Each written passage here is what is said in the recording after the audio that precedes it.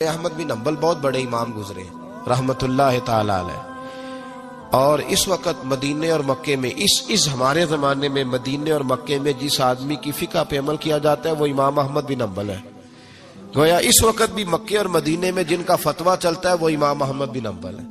بہت بڑے امام تھے، مسند امام احمد بن حنبل 14 جلدوں میں میرے پاس ان کی حدیث کی کتاب ہے۔ کیا بات تھی اس شخص کی، بہت بڑے امام تھے، لاکھوں حدیثیں زبانی یاد تھی، اور بغداد سارا ان سے فتوے لیتا تھا۔ امام صاحب سے کسی نے پوچھا حضور کبھی پریشان بھی ہوئے فتویٰ دیتے؟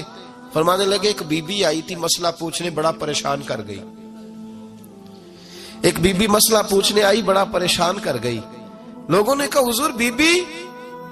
فرمانے لگے میں نے گھر کے اندر جگہ بنائی ہوئی تھی، ایک پردہ لٹکتا تھا، اس طرف میں بیٹھتا تھا، اس طرف اگر کوئی عورت مسئلہ پوچھنے آتی تو پردے کے اس پار بیٹھ کے وہ بات کرتی تھی۔ روٹین میں عورتیں طلاق کے مسائل، گھر کے چھوٹے موٹے جو جھگڑے ہوتے تھے ان پر سوالات پوچھتی تھیں۔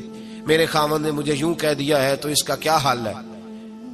تو میرے بیٹے نے مجھے آ کے بتایا کہ ایک بوڑھی عورت آئی ہے باہر مسئلہ پوچھنے، توجہ کرنا ذرا بات پر، اور خاص غور کرنا کہ عرض کرنے لگا ہوں۔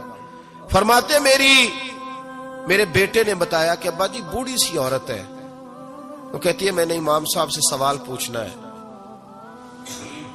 فرماتے پردے کے پیچھے بٹھایا، میں بھی بیٹھ گیا، تو بی بی آئی اور جچے تلے لفظوں میں فٹافٹ اس نے بات شروع کر دی۔ عورت کو حکم ہے غیر محرم سے بات کرے تو میٹھے انداز میں نہ کرے، میٹھے انداز میں۔ مرد کے لیے بھی حکم ہے بیویوں سے گفتگو کرے تو اس طرح کے جملوں میں نہ کرے جس سے توجہ پیدا ہو، موٹی سی دو حرفی بات کرے۔ یہ سارے میرے بھائی ان چیزوں کا دھیان رکھا کرے۔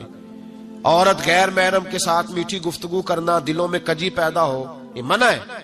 امام صاحب فرماتے ہیں بوڑھی تھی پر اس نے بات چھیڑی پردے کے پیچھے بیٹھ کے، تو بڑے جچے تلے 2-3 جملوں میں کہنے لگی امام صاحب مسئلہ پوچھنا ہے۔ فرمایا پوچھو۔ کہتے میں بڑا تیار تھا اور میں اللہ نے بڑا علم سے انہیں نوازا تھا، کہتے میں پریشان کبھی نہیں ہوا تھا، لیکن یہ بی بی پریشان کر گئی۔ یہ متقی لوگ تھے۔ فرماتے ہیں میں نے کہا بی بی پوچھو۔ کہنے لگی حضور میں محنت کی کمائی سے روٹی کھاتی ہوں، چرخہ رکھا ہوا ہے، سوت کاٹ کے اس کی کمائی کھاتی ہوں، سارا دن مزدوری کرتی ہوں، کبھی کبھی کام رہ جاتا ہے تو 14ویں کے چاند کی روشنی میں چھت پہ بیٹھ جاتی ہوں، تو چرخہ کاٹتی ہوں۔ بادشاہ کا لشکر میرے قریب سے کبھی کبھی گزرتا ہے، ان کے پاس بڑی بڑی لالٹینیں، بڑے بڑے ان کے پاس روشنی کے بندوبست ہوتے ہیں۔ لشکر بادشاہ کا گزرتا ہے تو بہت بڑا لشکر ہوتا ہے، کئی کلومیٹر تک وہ گزرتا جاتا ہے، تو کئی دفعہ اچانک اس کی روشنی بھی میرے چرخے پہ پڑ جاتی ہے۔ مسئلہ یہ پوچھنا ہے کہ اس روشنی میں جو میں سوت کاٹتی ہوں اس کی کمائی میرے لیے حلال ہے کہ حرام ہے؟ امام احمد بن حنبل فرماتے ہیں میں تڑپ کے رویا۔ بی بی تو کبھی کسی نے پوچھا ہی نہیں، اتنی باریک۔ کہنے لگی بیوہ ہوں، بے اولاد ہوں، مزدوری کر کے روٹی کھاتی ہوں۔ پوچھنا یہ تھا او بھائیو، یہ بھی تو یہی وقت گزار کے گئے ہیں نا، یہ بھی وہی قرآن پڑھتے تھے جو ہم پڑھتے، یہ بھی اسی رسول کا کلمہ پڑھتے تھے جن کا ہم پڑھتے، یہ بھی اسی دین کے ماننے والے تھے جس کے یہ لوگ ماننے والے۔ ہم کدھر نکل گئے؟ پرواہ ہی نہیں، حلال حرام کی تمیز ہی نہیں۔ لیکن اولیاء اللہ کی صفت، حضرت امام احمد بن حنبل فرماتے میں چکرا گیا اور میں نے اس سے پوچھا پہلے تو اپنا تعارف کرا، تو ہے کون؟ تو کون ہے؟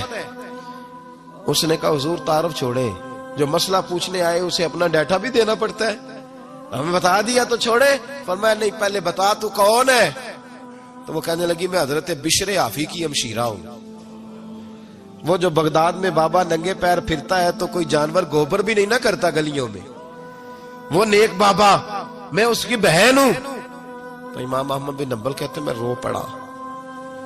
میں نے کہا آپا او میری بہن، کوئی اور آتا تو میں فتویٰ یہی دیتا کہ تو کو چھین کے روشنی تو نہیں نہ لیتی، خود پڑ جاتی ہے، جائز ہے تیرے لیے، لیکن تو چونکہ بشر حافی کی ہمشیرہ ہے تو تیرے لیے جائز نہیں، تو نہ یہ کر، تیرے لیے تقوی والا فیصلہ ہے میرا، تقوی والا، تو نہ یہ کام کر۔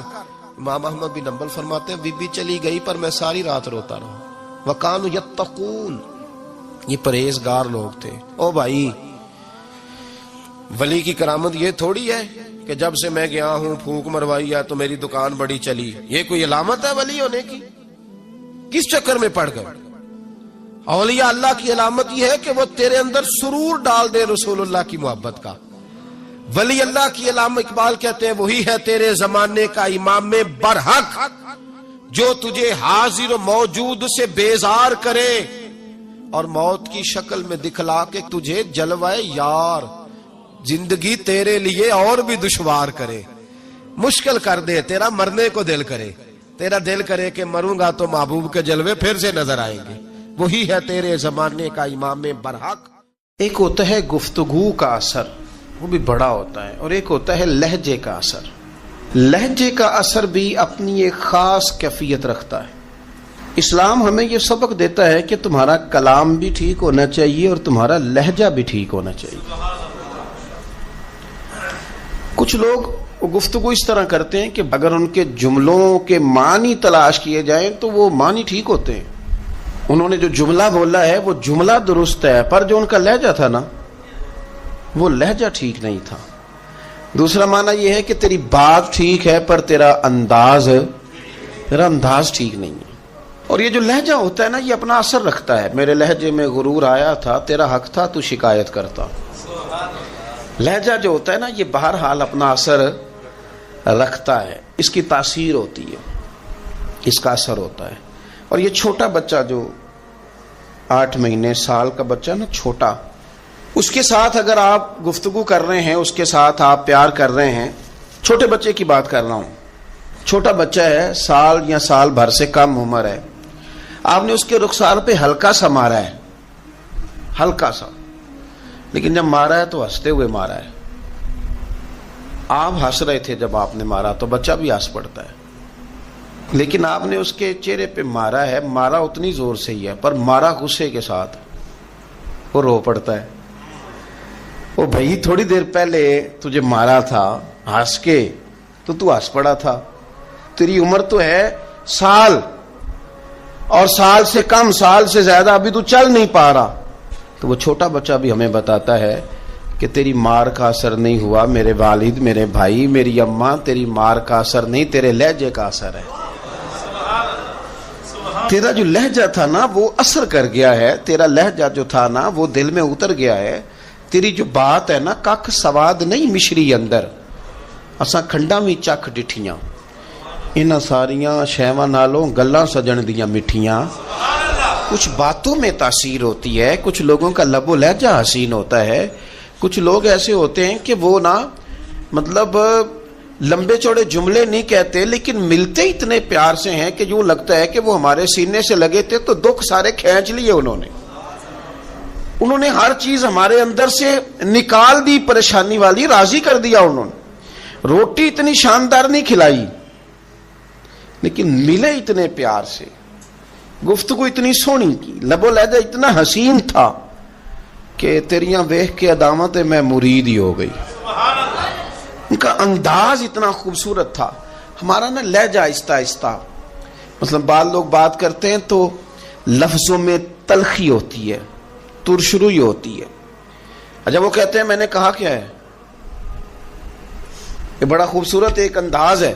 بہو کئی دفعہ اس طرح کرتی ہے کہ ساس کو جب روٹی دیتی ہے تو لہجہ بڑا سخت ہوتا ہے، لے آئی ہے کھانا پکا کے، پر جس طرح وہ لائی ہے، جس طرح اس نے رکھا ہے، جو اس کا انداز تھا، جو پھر پانی لانے کا انداز تھا، جو پھر دوائی دینے کا انداز تھا، تو شام کو بیٹا گھر آیا تو ماں رو پڑی ہے، بیمار ماں. اس نے کہا بیٹے تیری بیوی بڑا تنگ کرتی ہے. تو بیوی کیا کہتی ہے؟ کہتی ہے نو پوچھو میں آکھیا کی ہے، کچھ بھی نہیں سو آکھیا، گل تے کی تھی کوئی نہیں، بالکل ٹھیک کہہ رہی ہے.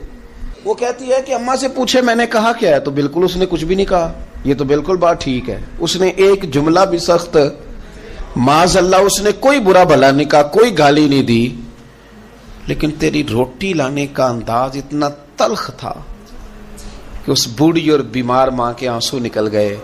مانا کیا ہوا کہ ہو سکتا ہے تو تلخ بات کرتی تو وہ معاملہ کسی حد تک قابل قبول ہوتا، پر وہ جو تیرے لہجے نے یوں اس طرح کیا نا جس طرح کو بھکاری کو دے رہا ہو. وہ میرے بھائی تیرا انداز تو ٹھیک ہو، تیری گفتگو کا طریقہ تو ٹھیک ہو، وہ کہتے ہیں کہ معاملات تو نصیبوں سے ہیں، پر چلو یار ملاقات تو ٹھیک ہونا. کچھ لوگ ایسے ہوتے ہیں کہ ایک لمحہ مل جائیں تو ان کی ملاقات کی یاد کبھی دوبارہ آئے نا تو وہ یاد بھی بندے کے دکھ سارے دور کر جاتی ہے، طبیعت کو تازہ کر جاتی ہے.